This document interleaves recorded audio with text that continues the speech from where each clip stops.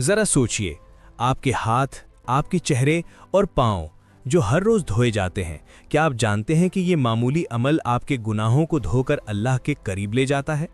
ہاں، ہر وضو کے پانی کے قطرے آپ کے چھوٹے بڑے گناہوں کو چھین لیتے ہیں اور دل کو صاف کرتے ہیں۔ وضو صرف جسمانی صفائی نہیں بلکہ روحانی صفائی کا آغاز ہے۔ جب آپ وضو کرتے ہیں، ہر حرکت میں اللہ کی رضا کی نیت کریں۔ ہاتھ دھونا، چہرہ دھونا، پاؤں دھونا، یہ سب چھوٹے چھوٹے اعمال آپ کے اعمال کے وزن کو ہلکا کر دیتے ہیں اور قیامت کے دن آپ کے لیے آسانی کا سبب بنتے ہیں۔ یہ وہ لمحے ہیں جب گناہ جیسے دھول کے ذرات آپ سے جدا ہوتے ہیں اور آپ کی روح میں سکون اترتا ہے۔